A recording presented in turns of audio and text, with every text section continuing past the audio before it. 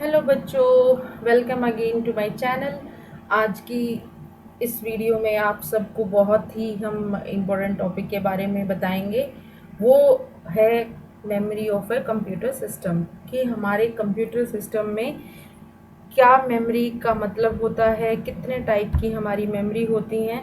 ठीक है, ये सब हम आज देखेंगे। और अगर जैसे मैंने कहा कि कोई भी बच्चा जो अपनी गवर्नमेंट जॉब्स की तैयारी कर रहा है या कोई भी जो थोड़ा बहुत कंप्यूटर के बारे में जानना चाहता है, तो ये उसके लिए बहुत यूज़फुल है। ठीक है। अगर मैं कहूँ, जैसे मैं पहले भी कह चुकी हूँ कि जो कंप्यूटर है, अगर मैं उसको एक ह्यूमन बीइंग से रिलेट करूँ कि कंप्यूटर और एक ह्यूमन बीइंग में क्या सिमिलैरिटी है बेसिकली।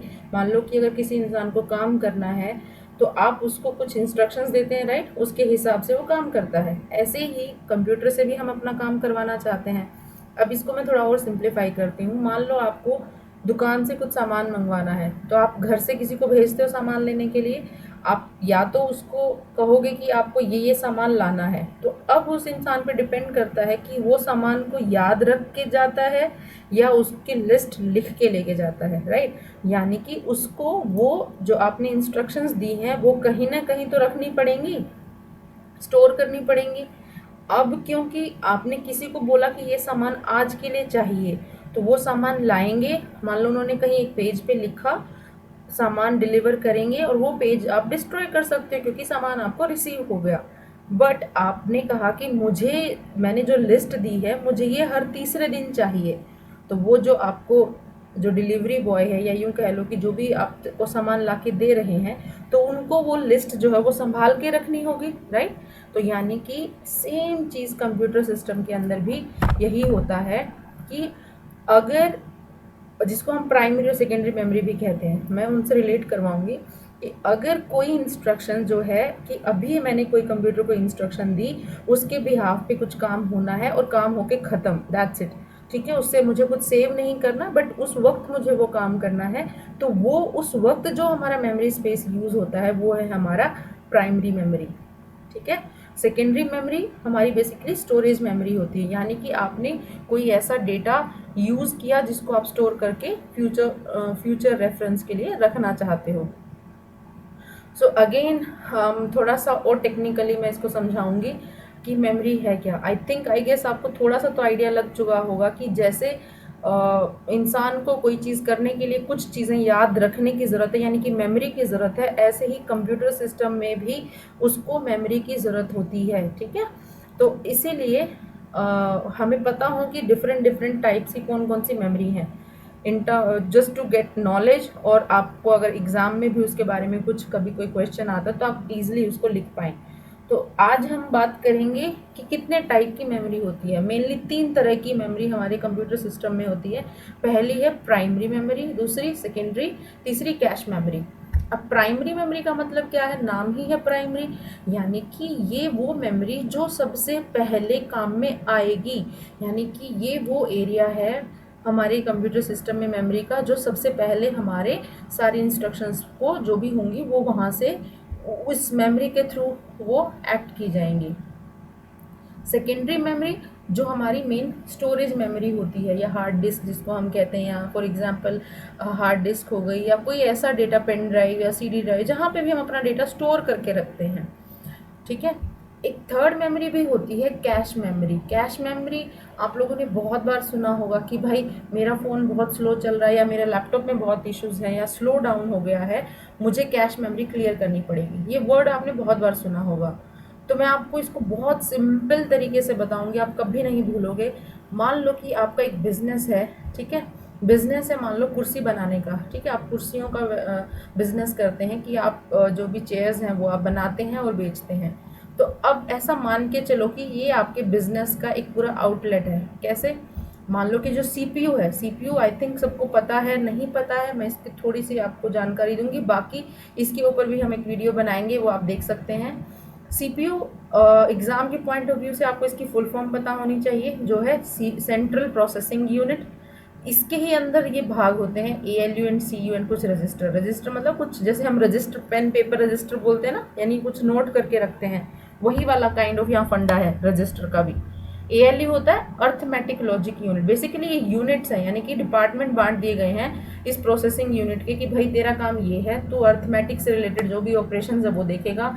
कंट्रोल यूनिट का मतलब है कि भाई जो भी इंस्ट्रक्शंस आती हैं कैसे उनको कंट्रोल करना है, मतलब किसको प्रायोरिटी पहले देनी है। जैसे होता है ना कि हम किसी मेन ऑफिस में जाते हैं, वहाँ पे PA होता है एंड देन फंक्शन जो अंदर काम कर रहे होते हैं वो अलग होते हैं। तो PA डिसाइड करता है कि मुझे किसको अभी अपॉइंटमेंट देनी है, किसको नहीं देनी है ना, होता है ऐसा।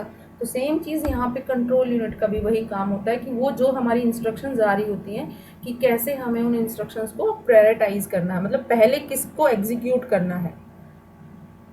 तो ये CU का काम होता है। ये CPU की इंटरनल फंक्शनैलिटी है।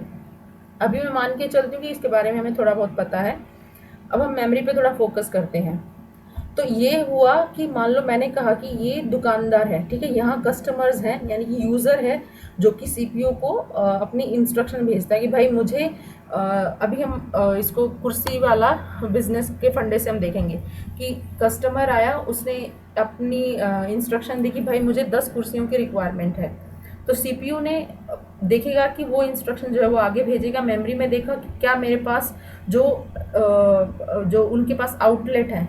सेकेंडरी मेमोरी को हम कहेंगे वेयर हाउसेज, यानी कि जहाँ पे सारी के सारा हमारा प्रोडक्ट बना हुआ पड़ा हुआ है, बहुत सारी कुर्सियाँ हैं डिफरेंट डिफरेंट टाइप की, सारी यहाँ स्टोर हैं, बट उनमें से कुछ कुछ हमने यहाँ पे ला के रखी हुई हैं एज पर द कि अगर कोई एकदम से रिक्वायरमेंट आए तो फटाफट से यहाँ दे, हमें बार बार वेयर हाउस में ना जाना पड़े। तो उसने हमें रिक्वेस्ट किया, देन उसने चेक किया, उसने इसको भेजा कि भाई ये चीज़ मुझे चाहिए। प्राइमरी मेमोरी क्या करेगा, उसके पास अगर है तो वो भेज देगा, नहीं तो वो स्टोरेज रूम से उठाएगा, लेगा एंड देन फिर हमें CPU यानी कि शॉपकीपर को देगा, वो हमें कस्टमर को वापस करेगा। तो ये एक नॉर्मल प्रोसेस है यहाँ पे, ठीक है। इसका काम सिर्फ इतना है करंट में काम करना, यानी कि जो भी इंस्ट्रक्शन तुरंत आ रही है वो तभी काम करेगी, और ये हमारा इस पे ऑलरेडी डेटा स्टोर है। अब कैश मेमोरी का जो मैं यहाँ काम बताना चाह रही हूँ कि अब क्या हुआ कि शॉपकीपर से या कस्टमर्स की ऐसी कुछ रिक्वायरमेंट्स है जो बार बार आ रही हैं। जैसे कि उन्होंने कहा कि मुझे मूवेबल जो चेयर्स हैं हमें वो चाहिए, सबसे ज़्यादा रिक्वायरमेंट उन चेयर्स की है। तो क्या किया जाएगा, बार बार स्टोरेज रूम में जाने की बजाय एक कमरा बना दिया गया कि ये वाली जो कुर्सियाँ हैं ये बहुत बार मांगी जाती हैं, तो उन कुर्सियों को यहाँ रख दिया गया। कैश मेमोरी कहते हैं जिसे हम, यानी कि एक अलग से कमरा बना दिया, उसको हमने उस कैश मेमोरी के अंदर रख दिया, ठीक है। अब क्या होगा कि जब भी कोई इंस्ट्रक्शन आएगी उसको बार बार पीछे ना जाके वो डायरेक्ट यहाँ से उठा के उसको दे देगा। अब ये सब क्यों किया जा रहा है, ये इसलिए कि हमारा जो काम है वो फास्ट हो। हम भी कहीं जाते हैं, लाइन में लगते हैं, हम चाहते हैं कि काउंटर पे जब भी मान लो बैंक में भी या कहीं पे भी, हम चाहते हैं कि हमारा काम सबसे पहले हो, यानी कि हमारा काम जो है स्पीड अप हो। क्यों, अब स्पीड अप कैसे होता है, उसकी पीछे की फंक्शनैलिटी जब तक सही नहीं होगी वो स्पीड अप नहीं होगा। तो सेम चीज़ यहाँ पे भी है। तो मेमोरी के अंदर अगर हमें जो पता है कि हमें ये चीज़ बार बार चाहिए, क्यों ना हम उसको आगे निकाल के रखें, राइट। ऐसा होता है, मान लो कि अगर आप थोड़ा रिलेट कर ही सकते हो, अगर दुकानदार है उसको पता है कि ये सामान सबसे ज़्यादा मांगा जाता है, वो पहले उसको आगे निकाल के रखेगा, ना कि अंदर स्टोर में छुपा के रखेगा, क्योंकि उसको बार बार पीछे जाना पड़ेगा, टाइम लगेगा, कस्टमर इतनी देर में हो सकता है कि वो दूसरी शॉप से जाके ले ले। तो इस तरीके से सेम चीज़ यहाँ पे भी है कि इंस्ट्रक्शंस जो आती हैं उनकी रिक्वायरमेंट के हिसाब से कुछ जो डेटा बार बार पूछा जाता है वो हमारा कैश मेमोरी में रखा जाता है। अब इशू क्या हो जाता है, बहुत बार हम क्या करते हैं कि ये है तो बहुत लिमिटेड मेमोरी, इसको हम फास्ट मेमोरी भी कहते हैं। अगर आपके एग्जाम में आता है कि सबसे फास्ट मेमोरी कौन सी और आपको ऑप्शन में दे दिया जाए primary memory, secondary memory and cache memory, तो डेफिनेटली आपको कैश मेमोरी बोलना है, ठीक है। तो ये सबसे फास्ट मेमोरी होती है इन दोनों से भी, क्योंकि इसके अंदर वो डेटा पड़ा होता है जो सबसे ईजिली एक्सेसिबल होगा। आप अगर फास्ट की मैं अगर बात कहूँ, जो CPU के सबसे पास में होगा वो फास्ट चलेगा। तो अब देखो ये कैश मेमोरी सबसे पास में है, प्राइमरी थोड़ा उससे दूर है और सेकेंडरी CPU से और भी दूर है ना। तो इसीलिए जो मेमोरी CPU के सबसे पास में होगी वो फास्ट होगी, यानी कि उसको सिर्फ ये यूँ मान लो कि मुझे कोई सामान एक अपने बगल के रूम से लेना है, या फिर मुझे 2 कमरे छोड़ के उठाना है, या मुझे फिर बिल्कुल 10 कमरे छोड़ के उठाना है।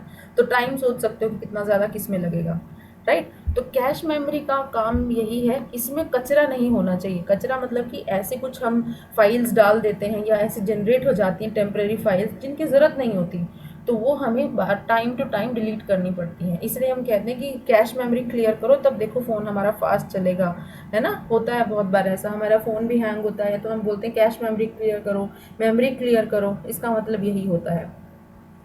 तो ये कुछ जो बेसिक सी जो चीज़ें हैं वो आपको पता होनी चाहिए थी, इसीलिए मैंने यहाँ पे मेन फोकस डाला है कि मेमोरी सिस्टम के अंदर 3 तरह की होती है, प्राइमरी, सेकेंडरी और कैश मेमोरी।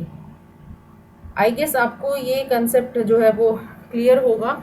और ये कौन कौन से आगे फर्दर हम देखेंगे ये नेक्स्ट वीडियो में कि हम कौन कौन से जो टाइप हैं, जैसे कि प्राइमरी के अंदर रैम रोम, सेकेंडरी के अंदर कौन कौन सी टाइप हैं, वो क्या काम करती हैं, कैसे काम करती हैं, वो हम आपके नेक्स्ट वीडियो में डिस्कस करेंगे।